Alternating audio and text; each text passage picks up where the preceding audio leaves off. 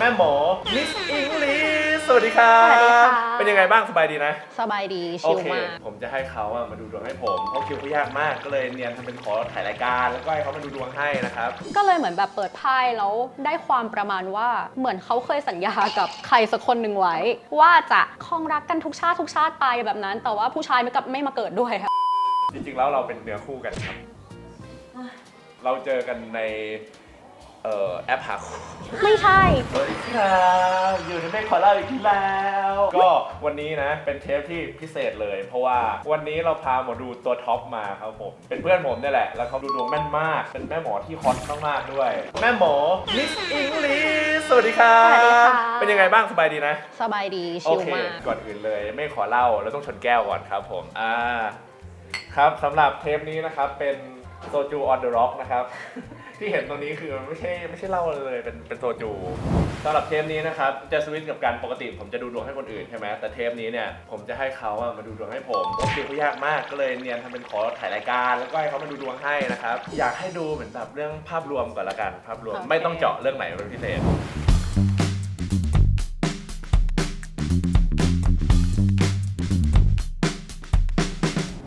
ก็ถ้าให้ดูในภาพรวมอะค่ะ ปีนี้ของเมฆอะเหมือนรู้สึกพึงพอใจในอะไรรวมๆมากขึ้นไพ่ใบเนี้ยเป็นไพ่ใบแรกที่เมฆหยิบขึ้นมาเป็น King of Cups ค่ะก็คือเมฆอะช่วงปีนี้ของเขารู้สึกพึงพอใจในอะไรหลาย ๆ อย่างมากขึ้น แบบเหมือนได้ทำอะไรในสิ่งที่ตัวเองอยากทำจริง ๆ สักทีสิ่งที่อยู่บนหัวคือ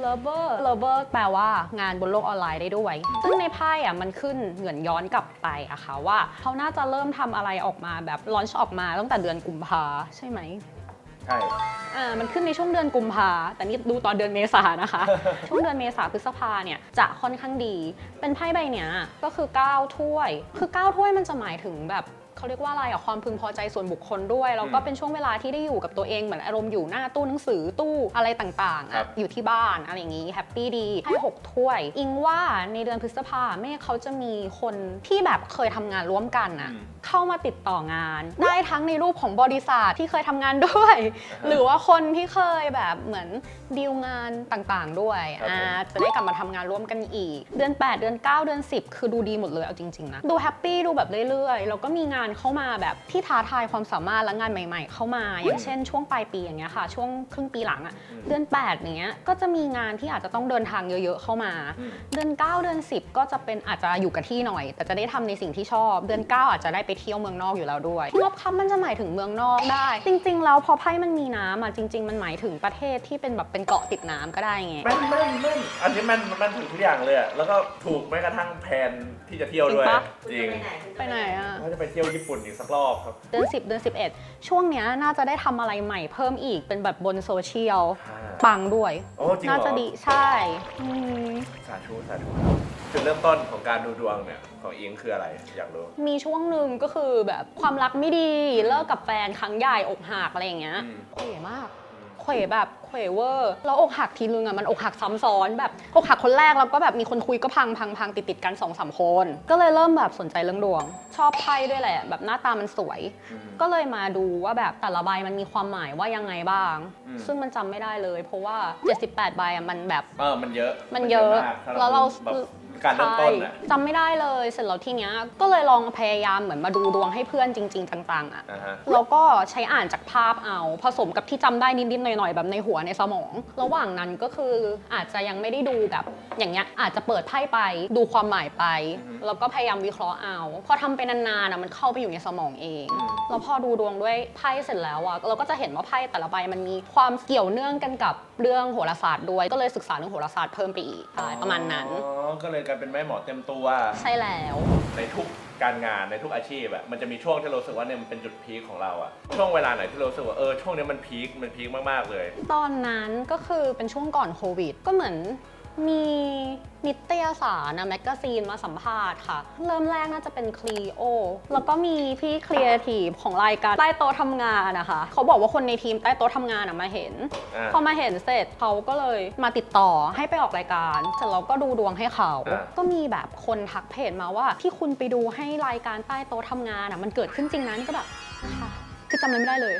ผ่านไปปีหนึ่งเขาก็เรียกไปออกอีกแล้วเขาก็แบบเหมือนรีวิวสิ่งที่เกิดขึ้นว่าเนี่ยที่คุณทักพี่อาร์ตว่าอย่างนั้นอย่างนี้อย่างนี้นะเดือนที่จุดๆๆๆมันเป็นอย่างนั้นอย่างนี้จริงๆที่คุณทักพี่เผือกที่คุณทักอะไรอย่างเงี้ยหลังจากนั้นนะเทป2คือปังมากที่ไปออกอะแล้วพอเทป3ไม่ได้ไปสตูอะค่ะมันเป็นช่วงโควิดก็โอเคก็ถือว่าปังอยู่แล้วก็ล่าสุดเพิ่งไปเทป4มาเทป4ก็คือเป็นแม่หมอประจำรายการแล้วเนี่ยหวังว่าจะมีรอบต่อไปค่ะต้องมีแหละถ้าจะดูดวงกับอิงนะคะอิงก็จะมีทั้งแบบออนไลน์แล้วก็แบบนัดเจอแบบนัดเจอก็จะต้องอยู่กรุงเทพแหละเนาะคือไปไกลกว่านี้ไม่ได้แล้วก็อยู่ในย่านกลางเมืองหน่อยแต่ถ้าแบบออนไลน์อย่างเงี้ยพร้อมดูได้ทุกที่แค่นัดเวลาให้มาตรงกันก็พอค่ะคือถ้าสมมติเจอหน้าค่ะแบบนัดกันอ่ะอิงคิด 2,490 บาทก็จะอธิบายอะไรต่างๆแล้วก็จริงๆบางทีเวลาพูดอะค่ะก็จะมีสอนอ่านดาวไปด้วยเขาจะได้รู้ว่าเขาลัคนาอะไรหรือแบบดาวไหนอยู่ตรงไหนก็จะเป็นเจอร์นี่การดูดวงประมาณนี้ออนไลน์ก็จะมีแบบ1ชั่วโมงกับครึ่งชั่วโมงราคาก็จะอยู่ที่ประมาณแล้วกันนะคะ700 กว่าบาทจนถึง1,000 กว่าบาทเรื่องของค่าครูในฐานะที่แบบเราเป็นหมอดูคนหนึ่งอะเราคิดยังไงอิงมองว่าค่าครูมันคือระบบกลไกของมันอะก็เป็นงานอะอิงเลยคิดว่าทุกงานต้องมีค่าตอบแทนที่สมน้ำสมเนื้อและโอเคกันทั้ง2ฝ่ายงั้นก็ขอถามเรื่องเกี่ยวกับการดูดวงหน่อยแล้วกันอย่างเช่นสมมติถ้าเกิดผมแม่กำลังจะทำธุรกิจอันนี้แล้วมันแบบเปิดไพ่มาไพ่ไม่ดีเลยอะไรเงี้ยเราจะแก้ปัญหานี้ยังไงอะอิงมองว่าทุกครั้งของการเปิดไพ่อะมันคือแนวโน้ม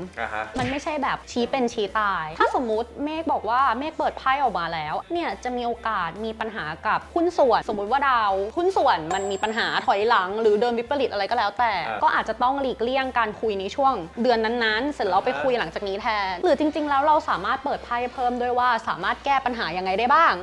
ไพ่มันก็จะชี้แนะแล้วอิงก็จะแปลความให้ก็ไปแก้ไขให้มันออกมาดีขึ้นอย่างที่บอกอะค่ะไพ่มันคือแนวโน้ม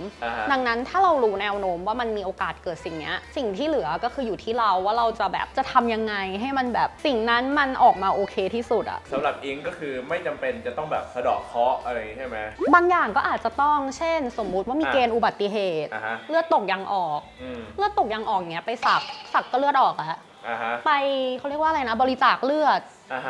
อย่างเงี้ยมันก็คือการแก้เคล็ดแก้เคล็ดมีไหมที่เหมือนแบบบางทีเนี่ยเขาเห็นเราหน้าตาน่ารักเงี้ยแล้วแบบไว้ก่อนมีคนที่ติดต่อมาแบบอยากดูดวงแบบเจอหน้าแต่จริงๆเขาไม่อยากดูดวงเขามาจีบเราอะก็มีทั้งผู้ชายทั้งผู้หญิงซึ่งมันก็อาจจะแปลกที่มีผู้หญิงด้วยก็ไม่แปลกก็ไม่แปลกแต่ว่าแบบเราหน้าตาน่ารักไงมันก็แบบดึงดูดได้เป็นไทป์ที่แบบผู้หญิงแบบที่ชอบผู้หญิงเลยก็มาคุยพอเราโดนจีบอย่างเงี้ยเราป้องกันตัวเองไงก็เฉยๆก็สมมุติเขาถามอะไรก็ตอบตามไพ่ไปเฮ้ยน้องแบบดวงความรักผมเป็นยังไงใช่ส่วนใหญ่เขาจะถามอย่างนั้นถ้าสมมุติแบบ LL อย่างเงี้ยเขาก็จะชอบถามเรื่องความรักเขาก็ถามเรื่องคู่ของเขาว่าเขาจะเจอปีไหนซึ่งเราก็รู้ลัคนาเขาแล้วก็เปิดไพ่ไปฟุบฟับอาจจะเจอปีนู้นx เสร็จแล้วเขาก็ถามว่าแล้วตอนที่ผมเจอคู่คุณอิงทำอะไรอยู่หรอครับนี่ถามทำไมงงก็เลยแบบเปิดไพ่เลยค่ะก็แบบเปิดไพ่พอเปิดไพ่มาก็อ่านให้เขาฟังนะว่าตอนที่คุณเจอคู่อิงก็มีแฟนเหมือนกันตอนนั้นแต่นี่ว่าไม่ใช่เขาในใจก็คือแบบพูดดีไหมนะว่าไม่น่าจะใช่นะคะตลกมากเข้าใจอยากรู้ลึกเข้าไปอีกว่าเราคิดยังไงในแง่ของแบบการมีแฟนเป็นหมอดูเนี่ยมีแฟนเป็นหมอดูเอาจริงๆนะคะอย่างตัวอิงเองอย่างเงี้ยเวลาคุยกับผู้ชายคือก็ไม่ได้ไปสนใจดวงเขาขนาดนั้นเราเคยเอาถามเลยเราเคยเอาดวงเข้าไปเช็คไหมดูไหมว่าแบบว่าดวงเราเขาไปสัมพันธ์กันไหมจริงๆนะไม่รู้เทปนี้ใครจะดูบ้างแล้วไม่รู้พวกเขาจะดูไหมเปิดทุกคนแล้วค่ะนี่คิดยังไงกับเรื่องเนื้อคู่สมมติมีคนมาบอกว่าเนี่ยแบบเรา2คนเป็นเนื้อคู่กันหรือเปล่าเราจะไปกันได้รอดหรือเปล่าอะไรเงี้ยโอ้นี่คือคำถามหลักที่คนมักจะถามอยู่แล้วอะค่ะอิงดูโหราศาสตร์ด้วยทีนี้โหราศาสตร์มันจะบอกว่าแบบจะเจอคู่ลักษณะแบบไหนมันไม่ได้ระบุว่าเป็นคนนี้หรือคนนั้นมันคือลักษณะประมาณนี้จะเจอในเรื่องประมาณนี้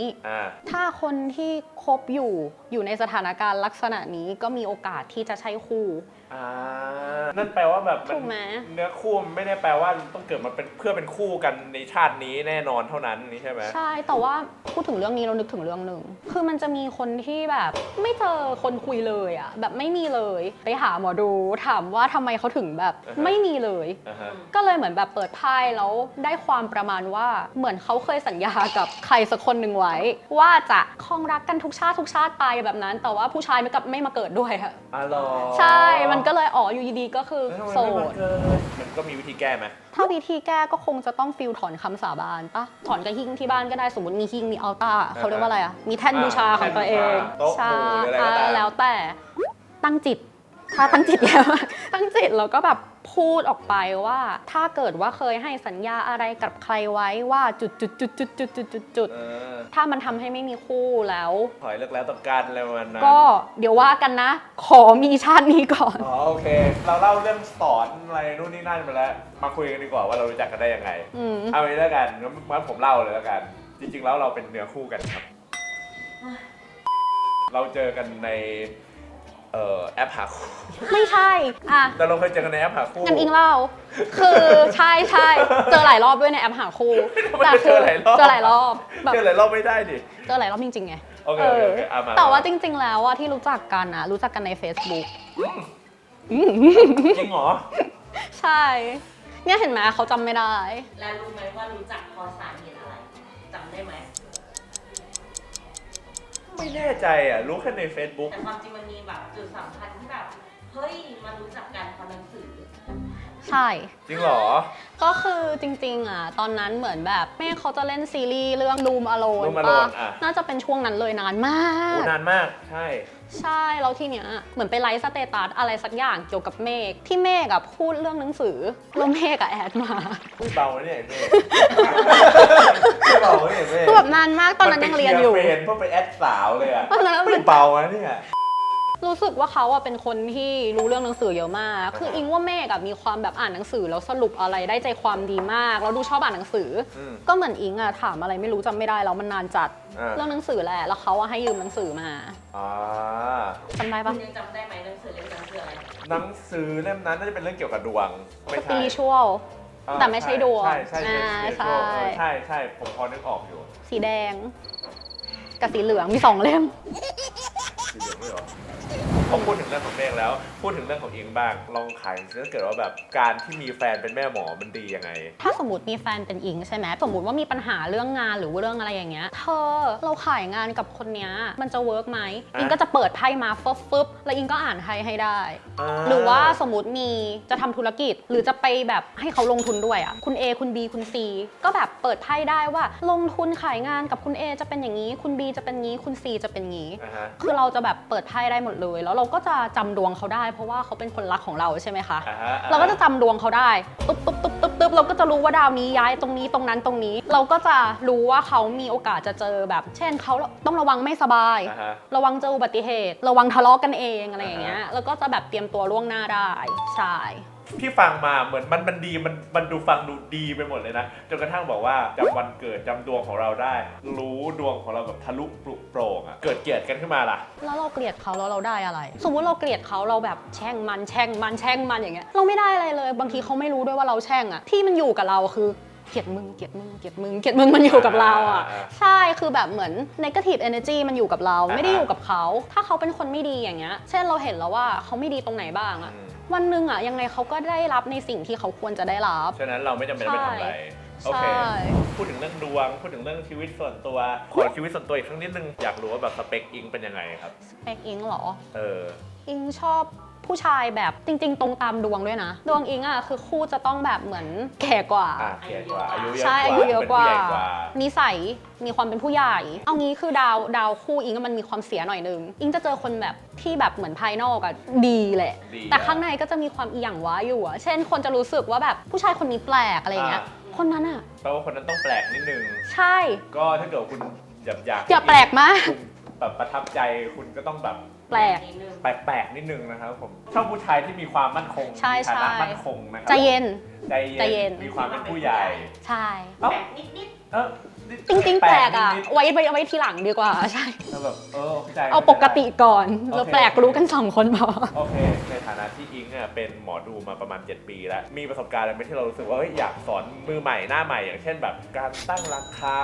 การจัดการเรื่องการดูดวง การระวังลูกค้าหรืออะไรก็ตามแบบแนะนำ1 อย่างอะ ด้วยความเป็นสายการตลาดนิดนึง อ่ะ คงจะพูดถึงเรื่องการตั้งราคาค่ะ อ่าฮะ อันนี้อาจจะพูดเป็นพอยต์เล็กๆว่าสมมติบางทีเราตั้งราคาแล้วเราตั้งราคาแบบเท่านี้ไปแล้วอะ อ่าฮะ อยู่ดีๆเราจะลดลงมา อ่าฮะ อิงว่ามันเสียกลไกอะ อ่าฮะ ใช่เราแบบไม่ควรขึ้นลงอะ อ่าฮะ คือแบบก่อนจะขึ้นราคา อ่าฮะ ต้องวางแผนมาว่าขึ้นแล้วขึ้นเลยนะ อ่าฮะ เราต้องได้ลูกค้าแน่ๆอะไรอย่างเงี้ย อ่าฮะ อิงมองว่าอันนี้มากกว่า เพราะว่าอย่างอื่นอะคือมันก็แล้วแต่แนวทาง อือฮึ ของตัวลูกค้ากลุ่มเป้าหมายและตัวน้องๆ หรือเพื่อนๆพี่ๆเองถูกไหมคะแต่ว่าไอ้เรื่องราคาถ้าเราแบบสปุ๊บสปั๊บขึ้นลงอะมันจะดูแบบไม่โอเคมากๆอะ มันจะดูเหมือนเป็นหักหลังลูกค้ากดก่อนด้วย สมมุติว่าดูกันในเดือนพฤษภาแล้วกรกฎาเขาลดราคาเฉยเลยอะ อืม งงนะ อ่าฮะ ในการวางแผนเรื่องราคาค่อนข้างสำคัญ ครับ สมมุติเราขึ้นไปแล้วอยู่ๆเรามาลงอย่างเงี้ย อ่าฮะ มันส่งผลต่อภาพลักษณ์ โอเค และความน่าเชื่อถือด้วย ประมาณนี้แล้วกัน ประมาณนี้ สำหรับ ใช่ คำแนะนำเรามาถึงช่วงของการฝากงานเลยแล้วกัน ฝากเต็มที่เลย อ่ะ มีอะไรบ้าง โอเค ยังไง มีเพจชื่อว่า Englist ค่ะ อืม INKLIST ใน Facebook ครับผม แต่สิ่งที่เล่นบ่อยๆ คือ Instagram มากกว่า Instagram ก็จะชื่อ Miss English กับ English Taro ถ้าสมมุติใครอยากจ้างงานอื่นๆ เช่นเขียนคอนเทนต์ เขียนดวงรายจุดๆๆรายปีรายเดือนรายสัปดาห์ว่ามา ก็ติดต่อกันมาได้นะคะ อิงอาจจะมีไลน์ที่ขึ้นอยู่ในช่องทางต่างๆ อยู่แล้ว ก็คือแอดไลน์อันนั้นมาเรามาคุยกันได้ อิงเป็นคนตอบแชทเองทั้งหมด อ่า ใช่ โอเคสำหรับวันนี้ขอบคุณอิงมากๆเลย ขอบคุณอิงมากๆเลยนะ ค่ะ ที่อุตส่าห์มาเป็นแขกรับเชิญให้กับเมฆนะ ก็ถ้าเกิดว่าใครชอบคุณอิงนะครับผมอยากให้คุณอิงมาทำคอนเทนต์อีกก็สามารถมาเมนบอกกันได้นะครับเฮ้ยแบบข้างหน้าอยากให้มาพูดคุยเรื่องอะไร อยากถามเรื่องอะไรหรือว่าอยากจะไปถามส่วนตัวเลยก็ติดต่อไปทางแบบ ทักมาได้ อินสตาแกรมของเขาได้นะครับเขาก็ตอบอยู่แล้ว แล้วก็ถ้าเกิดว่าชอบคอนเทนต์นี้นะครับผมรบกวนนะครับฝากกดไลค์นะครับแล้วก็กด subscribe นะครับแล้วก็แต่ถ้าชอบจริงๆ อยากดูคอนเทนต์ทุกคอนเทนต์เลยที่ผมเป็นคนทำนะครับก็ฝากกดกระดิ่งด้วย คุณจะได้ไม่พลาดคอนเทนต์นะครับผมวันนี้ก็ขอบคุณมากๆขอบคุณอิงมากๆนะครับผมเราไปกันแล้วนะครับกับเมฆขอเล่าเย้